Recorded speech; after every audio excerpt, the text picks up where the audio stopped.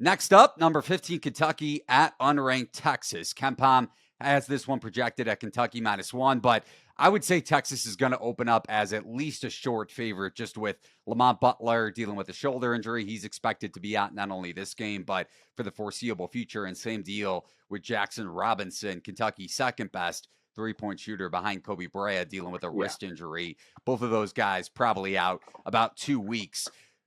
I really like Texas in this spot. Kentucky still ranks 18th in the country in opponents' three-point efficiency, just under 30%.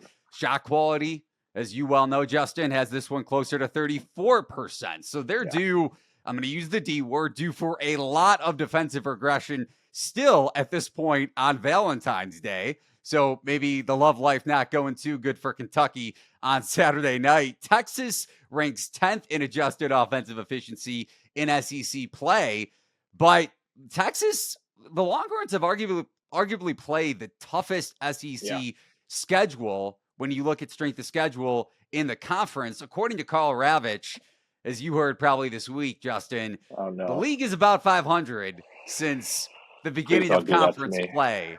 So I don't know what you want to make of it. Just kidding. But Trey Johnson, Jordan Pope, Julian Larry, all due for their fair share of three-point positive variance here when you look at their historical numbers. Not that those always come back to earth in a positive sense in this case, but they're all traditionally much better shooters dating back to their 2 or 3 years in college. Johnson, a freshman, obviously, but he's shooting around 39% on the season, down to 32% in conference play against this vulnerable Kentucky defense, even though the three-point efficiency on the surface doesn't show it. I think Johnson gets going. Longhorns also have a ton of motivation in this spot at the Moody Center. Right on the bubble, especially after getting blown out by the aforementioned Alabama Crimson Tide earlier in the week. So I will be taking Texas as a short home favorite on the open. What say you, man? I'm with you. I think this is the way you got to play it if you're going to. As in, I think right now, I think when I texted you, I said strong lean, right? Strong lean to Texas. And that's where I'm at. I think this is a good spot to go against Kentucky coming off of an expected loss to Tennessee for the second time this season.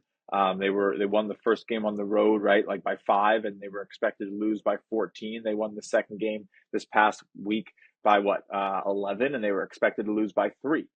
Shout out to you though for picking Kentucky. Thank you. No, it was a good spot. It was a good spot, and there was a lot of things sort of pointing to a potential hot shooting night, right? And it's definitely hard to handicap towards like when teams are going to get hot or not, but you can. I think I do a hybrid of trying to predict that while also understanding where like the baseline, the median is to give myself like an edge in like both ways, but I think in this spot, coming off of the Tennessee game that they were expected to lose, I think it's going to look a lot like what happened in the Arkansas game where they lose and they're expected to win, right?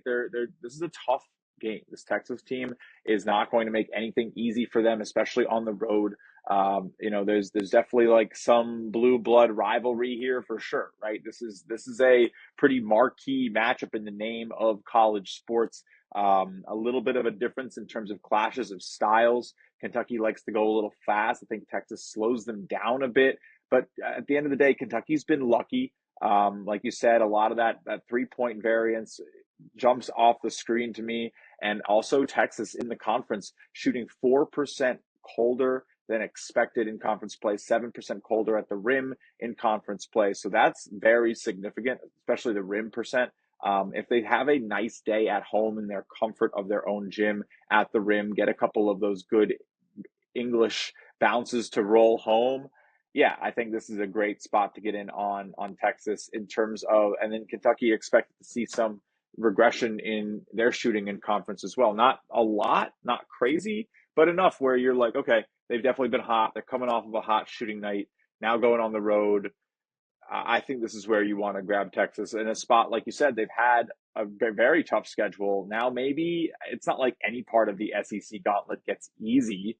But, coming up, what do they finish with? They finish with like South Carolina, Arkansas, Georgia, Miss State, Oklahoma. that sounds pretty easy compared to where they have just come out of, which is Alabama, Vanderbilt, Arkansas, LSU, Mississippi, Texas A&M, Missouri, Florida, Oklahoma, Tennessee, Auburn, Texas A&M. So yeah, they are at the back nine, a relaxing back nine. I'm guessing they probably feel pretty good. It's a tough conference. They get this win, and they can look forward to a maybe sneaking a win on the road against South Carolina. Only maybe lose one or two games the rest of the season. This is a big spot for them. I think you want to take, especially if you're scared of like the -1.5, which is fair. You could take a money line, but I think I think you lay the spread. Trust it.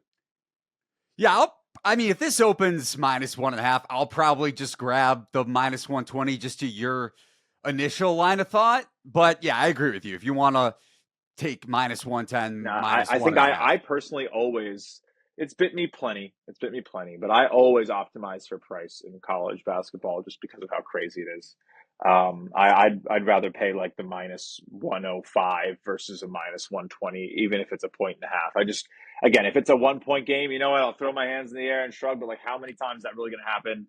It's going to happen a lot less than losing the 15 cents in my look. It's strategy, but that's Yeah, and I've eaten a couple of hooks this week, but that's life.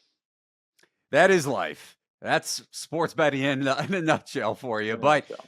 back to Lamont Butler, because Mm. he is the key to Kentucky, to me at least. Andrew Carr, a healthy Andrew Carr. You can make the case. Amari Williams, very important piece just in terms of him being a five and a point guard at that, Yeah. a floor spacing big that can pass the ball at his level of efficiency. But Butler, his net rating on off splits per CBB analytics in the 91st percentile. He is so instrumental to what Kentucky wants to do. Probably their best on ball defender, on and off ball Yeah. defender, and that comes from his days at San Diego State under Brian Dutcher. So his importance and lack of no Butler in this game for Kentucky is Big. going to be a very pressing issue for them, especially defensively against a Texas team that, like we both touched on, is due for their fair share of positive aggression from deep. Good bounces. They haven't gotten many. And again, it's not that they're due. I think sometimes we look at it the wrong way. It's not, it's both, right? Because it's a duality. It's not only are these teams due, but they're improperly priced because of the unlucky occurrences that have already happened. So it's not even like, oh, well, it's because that they're going to regress. It's actually more that they've gone off the expected path so much that the price is wrong, that even if they don't, that you should still be getting at least a fair shake. And if it does, you're getting a serious advantage. So it's not only about the expected should start happening, it's that the unexpected has been happening, and that's affecting the price you're getting today. So it's there's two sides to the coin. So I think, and that's important because it's not wrong to say do, because essentially you're saying that implicitly implied part of it. Right.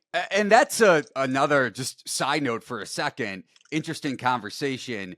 If Texas gets bet up, they will get bet up in this game. Let's say Probably. they get bet up to -3, -3.5, similar to a Texas Tech Iowa State spread when in the beginning of conference play in the Big 12, the Red Raiders opened +1.5, closed 3.5. They end up losing in overtime, didn't hit free throws down the stretch in regulation to close out the Cyclones. But there are going to be bettors that say, okay, according to my model here, injuries be damned for Kentucky. This line is too high, despite Right. the fact that Texas's 3-point shooting splits against a Kentucky defense that has gotten their fair share of positive variance lines up very well. I'm still going to take the 3.5. I Yep. would argue my line of thought always in those situations, especially with a spot like this, you bet Texas up to a certain point, maybe under the key number of 3, and Yeah. then you stay away. You don't go back to the other side. No, I mean, well, yeah, it would I just take don't. it. Well, it would just take way too much, right? And you don't, because it would take too much. Like I would, but you would have to move 6 points, like for real. Like there's unless yeah, no, it would be very tough. It's very unlikely for me to ever middle a game pre-flop. It just I don't think it's happened at all this season. You don't your edge. I would argue that you need to rethink your edge if you're betting, pre-flop college basketball lines because of a couple of points movement. Like, just don't do that. It's just not. You're not that accurate. Or that, or you'd be on a beach.